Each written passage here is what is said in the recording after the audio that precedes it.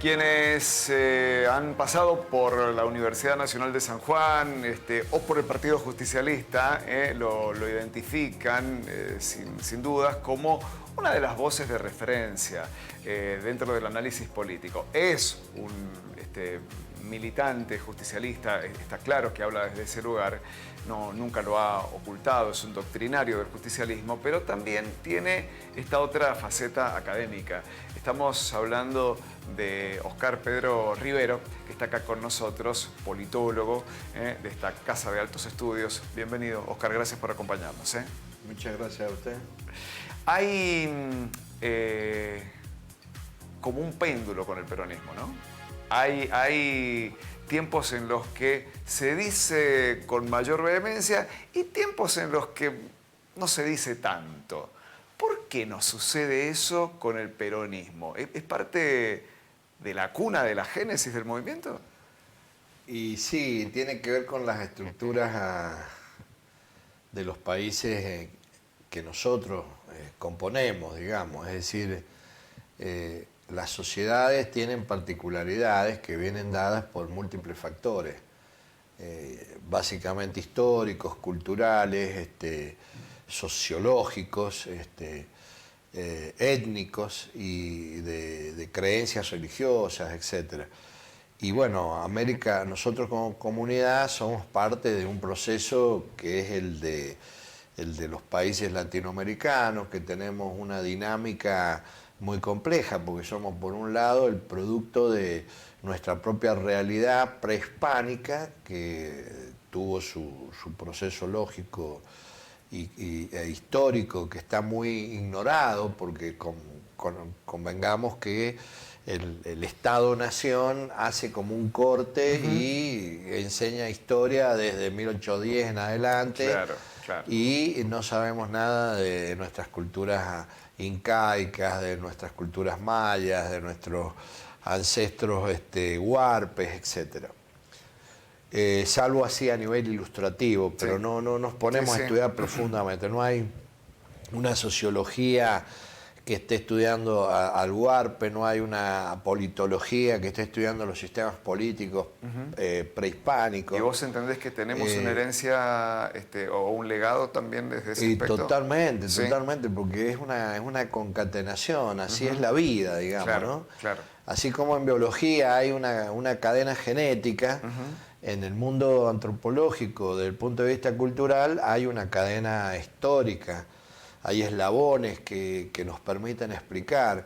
Yo tenía un amigo que era antropólogo, digo era porque falleció lamentablemente, y era un profesor de la UNSJ que en época de la dictadura él viajó a Europa para evitar las persecuciones, etcétera, y se instaló allí con su familia y fue profesor de una universidad en Suecia.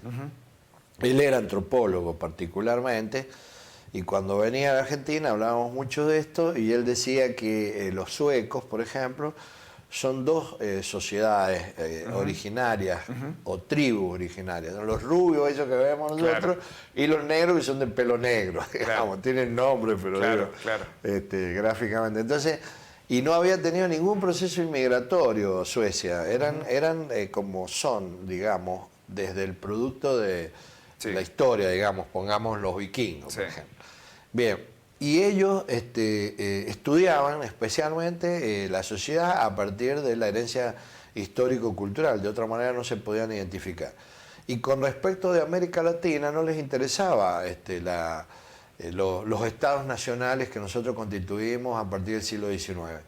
Ellos estudiaban el pasado, por eso allá todos los antropólogos latinoamericanos que provenían de universidades latinoamericanas que eran especialistas en culturas originarias, eran bienvenidos. Eran muy bienvenidos. El resto Oscar, no, porque no teníamos nada para aportar. ¿Qué le pasa al peronismo? Digo, ya con una mirada más de bueno, coyuntura, más bien, el cercana. peronismo, nos fuimos un poquito, pero digo, el peronismo viene a ser explicable en ese proceso histórico, digamos, que deviene de tradiciones del pasado. En el peronismo se usa mucho la categoría del del campo nacional como una categoría que antecede, digamos, al propio peronismo y que tiene un antecedente que es el radicalismo irigoyenista, que fue una fuerza de masas del siglo XIX, y luego, digamos, los procesos de las montoneras y de los gauchos y de los pueblos originarios amalgamar los procesos de lucha independentista. Esto, más allá que se traduzcan en particularmente los teóricos del peronismo, es lo mismo que utilizan todos los intelectuales de América Latina para explicar lo que son los movimientos populares, que son diferentes de los meros partidos, del sistema democrático, liberal, claro. y que tienen toda una tradición y una cultura. Esa cultura en alguna vez se representa en las fuerzas políticas después propiamente organizadas. Y el peronismo nunca logró constituirse formalmente en una fuerza política organizada de tipo liberal, en el buen sentido de la palabra, digo, en el sistema democrático, institucionalizado, como lo logró en gran medida el radicalismo en su momento, y en alguna medida pretenden constituirse las fuerzas nuevas que se incorporan en el siglo XX, sobre todo a partir de la segunda mitad del siglo XX. En el peronismo conviven estas dinámicas extrapartidarias, movimentistas, de culturas políticas gregarias, con formas institucionales democráticas, formales, a las que muchas veces se les presta poca importancia y se priorizan estas otras formas que tienen que ver con construcciones de liderazgos, que tienen que ver con construcciones de sociedades en base a clases y a intereses muy concretos del mundo real, a saber, por ejemplo, sectores del trabajo, sectores que han sido excluidos del sistema económico y productivo por distintas razones. Y eso amalgama, digamos, una heterogeneidad muy amplia, que al tiempo que es muy rica, es muy difícil de gobernar, de estructurar y de gobernar. Claro. Por eso vemos que hay que ser peronistólogo, digamos, para entender la diversidad de actores que conviven en el interior. Hoy hay un peronismo peronismo que se está rebelando, lo he advertido, ¿no? Se está rebelando contra el progresismo. Veo que hay un brote peronista que está renegando de las banderas del progresismo. ¿Cómo es eso? Bueno, tiene que ver con esto, porque lo que me faltó decir es que esta diversidad, esta complejidad, esta heterogeneidad se articula a través del Estado en etapas de gobierno y o de gobernabilidad peronista, digamos, ¿bien? Entonces el presidente viene a ser quien resume o sintetiza liderazgo político, construcción de síntesis de las contradicciones intrapolíticas peronísticas, digamos. Ahora, cuando el peronismo no gobierna, eso se desarma, se desata y tiene una vida y una vitalidad muy rica, que a la vez es muy difícil de articular.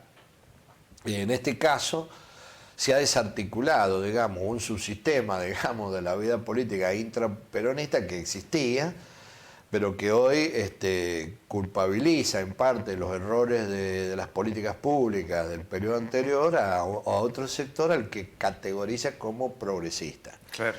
Porque en realidad la idea de progresismo tiene múltiples connotaciones. Claro. Desde el punto de vista de este sector más ortodoxo, más doctrinario, más clásico peronista, el progresismo introdujo categorías, introdujo valores, introdujo metodologías que ellos desde siempre desecharon como peronistas. Ahora, no los criticaban porque esas estaban dominando un poco la escena, digamos. Claro. Y porque hegemonizaban la escena. Claro. Ahora que ese sector ha perdido electoralmente, ha dejado de conducir el Estado, digamos, y por ende también el peronismo, este sector ahora levanta esa bandera como una forma de disputar hegemonía también. Pedro, Ahora, eso sí, siempre existió, quiero sí, aclararlo. sí. Siempre dentro del peronismo, hacia afuera de la superficie mediática y o pública, digamos, el debate entre el peronismo duro, digamos, la izquierda peronista que nace en las jornadas de la resistencia en la etapa sesentista y setentista, y un peronismo más liberal, más moderado, más acuerdista, digamos, con las lógicas de las democracias liberales en sistemas capitalistas, están en disputa todo el tiempo. Digamos Claro, que eso no se va claro. a poder superar definitivamente. Se supera parcialmente en etapas de relaciones electorales, digamos. Oscar, y que quiero agarrarme de eso que acabas de decir. Acabas de rápidamente categorizar a los peronistas más de izquierda, más del progresismo, y los peronistas más pragmáticos, palabra que pongo yo, pero bueno, esa no es la de los acuerdos, Sí. la de la construcción de poder. El peronismo de San Juan es un peronismo que está de este lado, del lado de los acuerdos, más que del lado del progresismo, de la izquierda. Lo que pasa que ahí, bueno, el progresismo no es antiacuerdo. Sí. Lo que pasa que dentro del progresismo hay una línea que tiene que ver con variantes teóricas que surgieron en Europa durante los ciclos de la socialdemocracia, que es un poco así el populismo de izquierda, le podemos llamar, que plantea que la construcción política para que sea hegemónica reclama de un otro antagónico, digamos. Y por ende, el antagonismo natural de la política, lejos de pretender disminuirlo o minimizarlo, digamos, con dosis institucionales o dosis programáticas que se pueden ir formulando como remedios para evitar la tensión o la polarización del sistema, ellos proponen, digamos, por el contrario, fomentarla. Y si Se no construye existe, un enemigo. claro, exacto, un enemigo amistoso, aclaremos, Sí, no sí, es la sí. construcción del enemigo mistiano, digamos, sino un enemigo amistoso dentro de la democracia. Esa Claro. es un poco la receta del populismo de izquierda. Claro. Ante esa receta están quienes propician, por el contrario, las tradiciones clásicas de la concertación, del pacto social, Sí. del acuerdo, aún entre sectores que tengan intereses objetivamente contradictorios. ¿Y ahí entran Gioja y Uñac?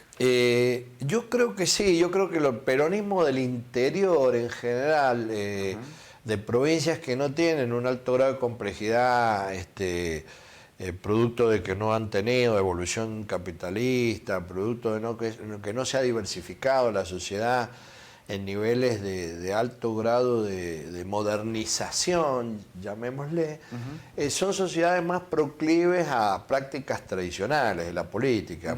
Primero por la cercanía que tienen los miembros de la comunidad, primero por las creencias dominantes que tienen estas sociedades, que son de carácter religioso, de prácticas tradicionales, de usos y costumbres heredados intergeneracionalmente. Se suele rechazar las políticas antagónicas. Entonces los gobiernos locales han visto esto y han como tratado de ir surfeando las políticas del populismo de izquierda que se han practicado en las grandes urbes, Buenos Aires, Capital Federal, Córdoba, Rosario, Santa Fe y eventualmente Mendoza también, y las han ido sorteando, digamos, en la medida que han ido haciendo posible eso que es parte del peronismo, que es el arte de la conducción, lo que usted le llama el pragmatismo. Y eso es una escuela de Claro. dirigentes que tienen peronismo que hacen como que van para Oscar, acá y después acomodan acá. Y en esta descripción, en esta conceptualización, entran también los herederos del peronismo que hoy están en otros espacios. Cito el caso de Marcelo Rego. Sí, porque hay como una cultura política compartida. Yo no veo grandes diferencias. Yo veo ahí un modo de de ver la política, de actuar, de gobernar, de administrar el Estado, que tiene similitudes, con la diferencia que el lorreguismo es solamente una porción de una fuerza más amplia, Claro. en la que hay una coalición de otras culturas políticas que no son semejantes a la del lorreguismo. Y probablemente sea el principal escollo que tenga el lorreguismo para su hacer, digamos, cotidiano. Ahí hay tradiciones más liberales, que provienen del radicalismo, que provienen de segmentos, digamos, más moderados de un sector que le podríamos llamar tradicionalista, como puede ser el de Dignidad Ciudadana. En fin, ahí habría que hacer un análisis más fino, que yo no lo tengo porque es un proceso que recién empieza. Claro. Pero en la medida que eso continúe en el tiempo, ¿cuál es el problema? Que hay un contexto nacional e internacional. Para Claro. cualquier gobierno provincial, construir una identidad propia en estos contextos no es tan sencillo, porque hay que estar negociando, Claro. hay que estar acordando, hay que estar... Quiero llevarte ese plano también. Tengo una última pregunta, que pueden ser varias, pero es un solo tema. Y es el emergente de Javier Milei, porque yo advierto que los politólogos, los analistas pasan del deslumbramiento a la perplejidad, ¿no? Esto de no terminar de entender el fenómeno de Milei. ¿Vos has logrado entenderlo? Bueno, yo hay una cosa que me autocritico, que es no haberlo estado estudiando a tiempo a Milei. O sea, lo empiezo a estudiar tarde, digamos.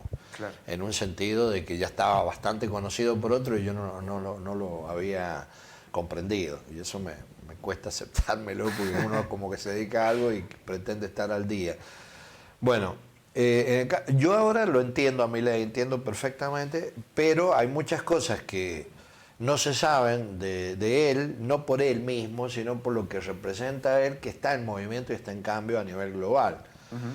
Porque esta contradicción entre el populismo de izquierda y el populismo de derecha, en lo que lo podemos ubicar a él, es una contradicción, digamos, internacional, no es nacional.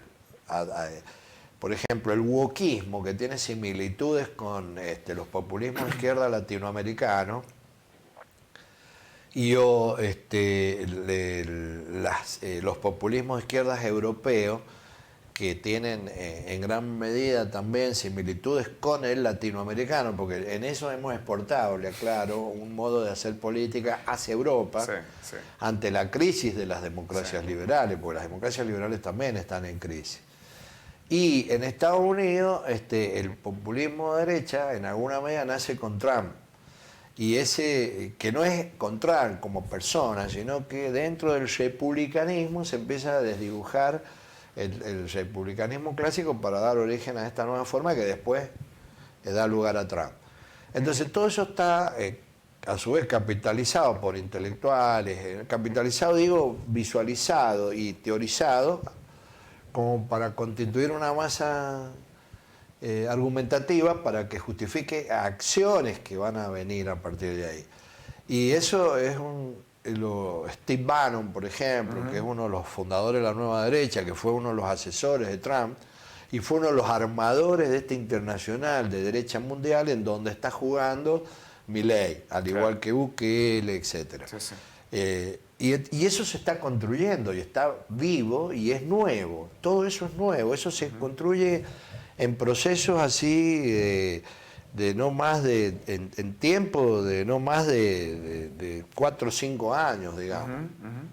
Y porque una cosa es la acción y otra cosa es la teorización que después orienta a la acción y otra cosa es la acción que después orienta a la teoría. Entonces hay como un juego ahí que va dando origen a que podamos explicarlo. Y eso está sucediendo en Eso está sucediendo, eso es dinámico. Estamos en un cambio epocal donde estamos pasando de una era a otra, que se da al mismo tiempo con procesos de cambio científico-tecnológico, de formas de producción, y que, bueno, todo eso conforma un mix donde amanecemos en una sociedad que no entendemos ninguno de lo que estamos acá, qué está pasando. incluso el propio presidente, porque, o sea, cuando uno personaliza, se equivoca, porque en realidad los sujetos tampoco son fundadores de estos procesos, claro, son más complejos que claro, eso. Milei está, en otras palabras, actualizado al cambio en ese sentido. Y el resto de la política está viendo... Y en general hay mucha política que se le ha envejecido todo y que no ve por qué, ni sabe por qué. Porque se está moviendo la realidad, porque la realidad siempre se mueve, porque es histórica, es como estar en un, en un sismo, digamos, Sí. todo el tiempo. ¿Ha visto que uno percibe que se está moviendo Sí. porque vive acá? El que viene afuera no se da cuenta. Claro. Y bueno, la historia se va moviendo todo el tiempo y estamos en un cambio. ¿Qué es lo que va a salir de todo esto? Y bueno, como siempre, salen cosas nuevas y que no hay que ser fatalista tampoco de lo que va a suceder. Van a suceder cambios a los que habrá que adaptarse y reformular nuevas estrategias, y las mentes más lúcidas, las acciones más inteligentes, digamos, en relación a lo que está sucediendo, son los que van a ir ocupando los nuevos liderazgos de la próxima etapa que arrancaría ahora a partir del 25, digamos, ¿no? Oscar, muchas gracias, muy, muy amable, y la verdad que siento que vamos a hablar varias veces más. Muchas gracias. Bueno, muchas gracias a usted. Oscar Muy Pedro amable. Riveros es politólogo, docente de la Universidad Nacional de San Juan, además un estudioso del peronismo y de lo que nos está pasando y que acaba de definir como un cambio epocal, donde todavía no sabemos hacia dónde, pero estamos en marcha, estamos en camino. Pausa nuevamente.